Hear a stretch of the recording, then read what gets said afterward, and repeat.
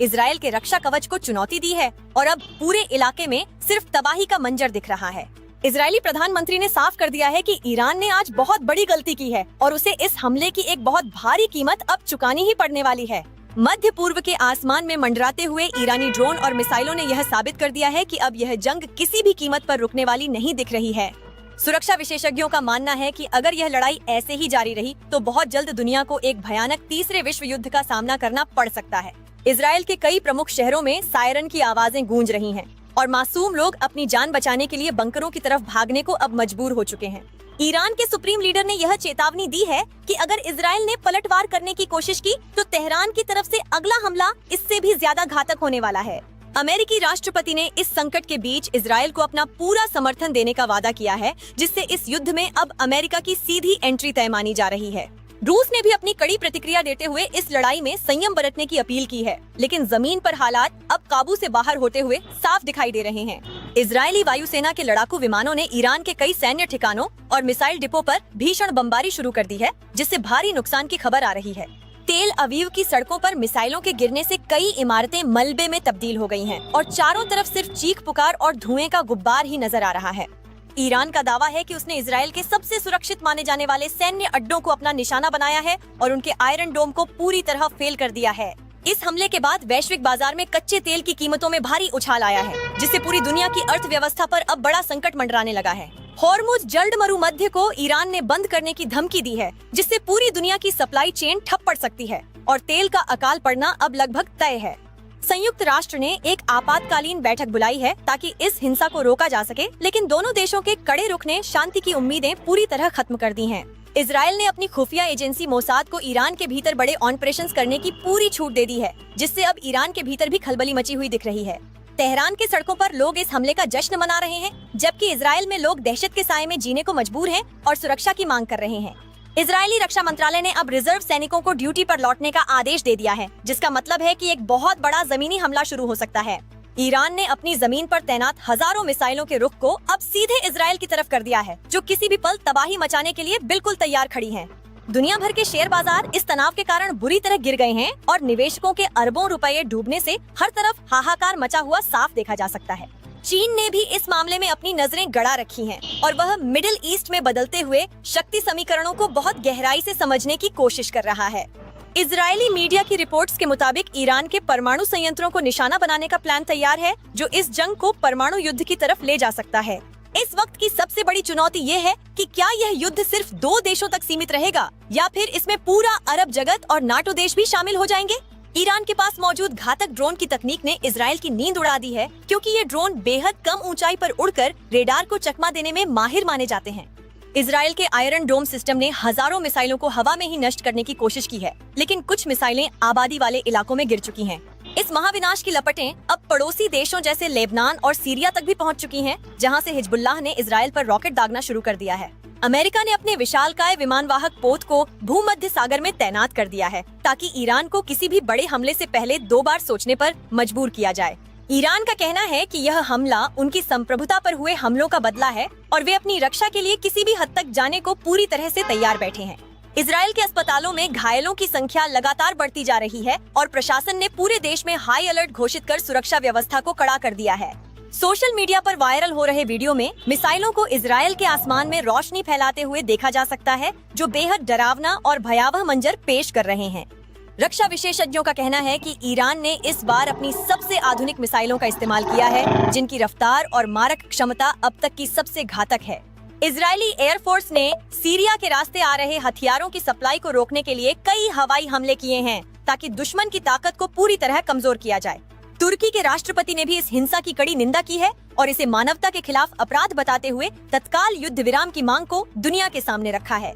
Iran ने अपने underground missile शहरों के दरवाजे खोल दिए हैं, जहां हजारों की संख्या में मिसाइलें तैनात हैं और वे एक इशारे पर दाग दी जा सकती हैं।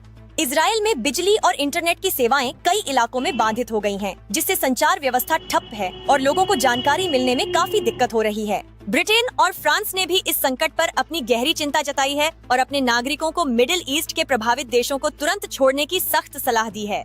इस वक्त पूरी दुनिया की नजरें इजराइल के अगले कदम पर टिकी हैं, क्योंकि उनका एक छोटा सा गलत फैसला पूरी दुनिया को आग के हवाले करने के लिए काफी है। भारतीय विदेश मंत्रालय ने भी एक एडवाइजरी जारी की है, जिसमें भारतीयों को ईरान और इजराइल की यात्रा न करने और सुरक्षित स्थानों पर रहने को कहा गया है। ईरान ने अपने पूर्वी और पश्चिमी सीमाओं पर सुरक्षा बलों की तैनाती बढ़ा दी है, ताकि किसी भी विदेशी घुसपैठ या हमले का जवाब तुरंत और कड़ाई से दिया जाए। इजरायली खुफिया विभाग का दावा है कि ईरान इस युद्ध को लंबा खींचना चाहता है, ताकि वह पश्चिमी देशों पर दबाव बना सके और अपनी शर्तों को मनवा सके।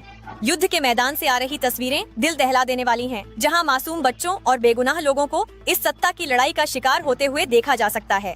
मिडिल ईस्ट के कई मुस्लिम देशों में ईरान के समर्थन में बड़े प्रदर्शन हो रहे हैं, जो इजराइल के खिलाफ एक नए गठबंधन के बनने का स्पष्ट संकेत दे रहे हैं।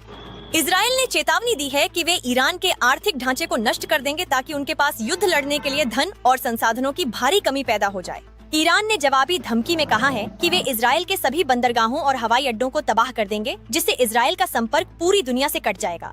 इस तनाव के बीच तेल की कीमतों का $100 के पार जाना तय लग रहा है, जिससे विकासशील देशों में महंगाई का एक नया तूफान आने की पूरी आशंका है। साइबर युद्ध की भी शुरुआत हो चुकी है, जहां ईरान और इजराइल एक दूसरे के सरकारी सर्वरों और पावर ग्रिड को हैक करने की लगातार कोशिशें कर रहे हैं।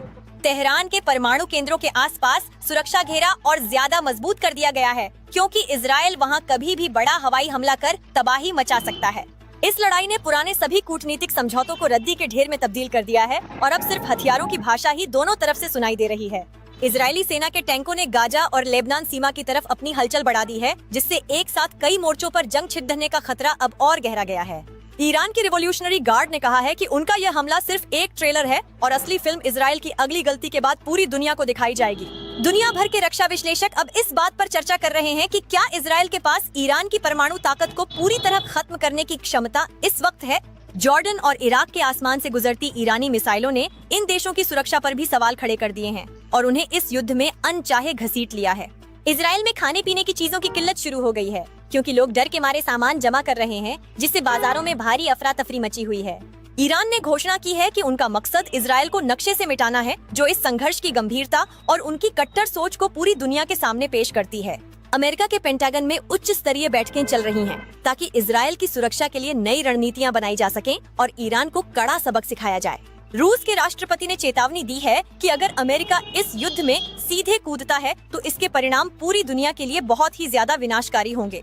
इजराइल के हाइफा और अशदोद जैसे बंदरगाहों पर ईरानी मिसाइलों के गिरने से कई जहाज जलकर खाक हो गए हैं, जिससे समुद्री व्यापार को बड़ा झटका लगा है। इस युद्ध की वजह से शरणार्थियों का एक नया संकट पैदा हो सकता है, जो पड़ोसी देशों और यूरोप की तरफ पलायन करने के लिए अब मजबूर हो सकते हैं। ईरान के विदेश मंत्री ने कहा है कि उन्होंने पड़ोसी देशों को हमले की जानकारी पहले ही दे दी थी, ताकि वे अपनी सुरक्षा का उचित इंतजाम समय पर कर सकें। इजराइल का कहना है कि ईरान झूठ बोल रहा है और यह हमला बिना किसी उकसावे के किया गया है, जिसका बदला अब सबसे कठोर तरीके से लिया ही जाएगा। पूरी दुनिया के शेयर बाजार के लाल निशान में बंद होने से यह साफ हो गया है कि आर्थिक महामंदी अब हमारे दरवाजे पर दस्तक देने के लिए तैयार खड़ी है।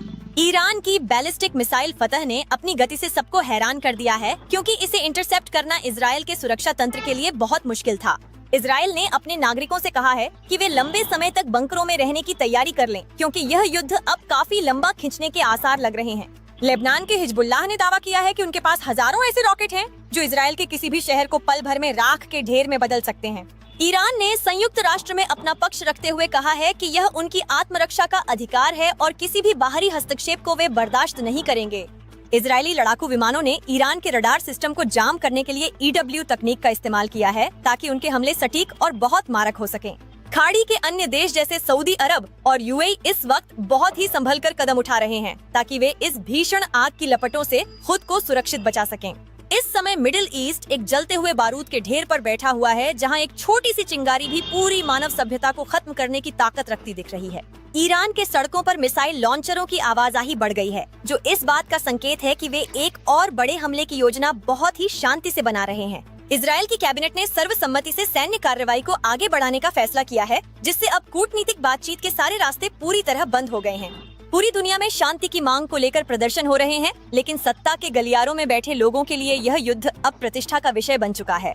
ईरान के पास मौजूद ड्रोन की झुंड तकनीक ने इजराइल के लिए एक नई मुसीबत खड़ी कर दी है, क्योंकि एक साथ सैकड़ों ड्रोन को रोक पाना बहुत ही कठिन है। इजराइल ने अपने रिजर्व हथियारों के गोदाम खोल दिए हैं और हथियारों के उत्पादन को 24 घंटे चालू रखने का कड़ा निर्देश अपनी कंपनियों को दिया है। ईरान ने अमेरिका को धमकी दी है कि अगर उनके ठिकानों का इस्तेमाल इजरायल ने किया तो वे अमेरिकी सैन्य अड्डों को भी अपनी मिसाइलों से उड़ा देंगे। इस संकट ने दो ध्रुवीय विश्व की तस्वीर साफ कर दी है, जहां एक तरफ अमेरिका और उसके साथी हैं, तो दूसरी तरफ रूस और चीन का समर्थन ईरान को प्राप्त है। मिडिल ईस्ट का नक्शा इस युद्ध के बाद पूरी तरह बदल सकता है, क्योंकि नई सीमाएं अब खून की स्याही से लिखी जा रही हैं, जो इतिहास का हिस्सा बनेंगी। इजराइल की सड़कों पर अब सिर्फ सैन्य गाड़ियां और एम्बुलेंस ही दिखाई दे रही हैं और आम जिंदगी पूरी तरह से ठहर गई है, जिसकी किसी ने कल्पना नहीं की थी। ईरान का कहना है कि उनकी मिसाइलें इजराइल के किसी भी हिस्से में पहुंचने की क्षमता रखती हैं और अब कोई भी कोना इस जंग में सुरक्षित नहीं बचा है। इस महाविनाश के बाद क्या बचेगा यह कहना मुश्किल है, लेकिन इतना तय है कि दुनिया वैसी नहीं रहेगी जैसी इस युद्ध के शुरू होने से पहले तक हुआ करती थी। इस भयानक महायुद्ध की शुरुआत कैसे हुई और इसके पीछे का असली सच क्या है, चलिए जानते हैं इस रिपोर्ट के बिल्कुल शुरू से और देखते हैं पूरा सच। आज की सबसे बड़ी खबर ने पूरी दुनिया को हिलाकर रख दिया है, क्योंकि ईरान और इजराइल के बीच अब भीषण महायुद्ध की शुरुआत आधिकारिक तौर पर हो चुकी है। तेहरान की ओर से दागी गई सैकड़ों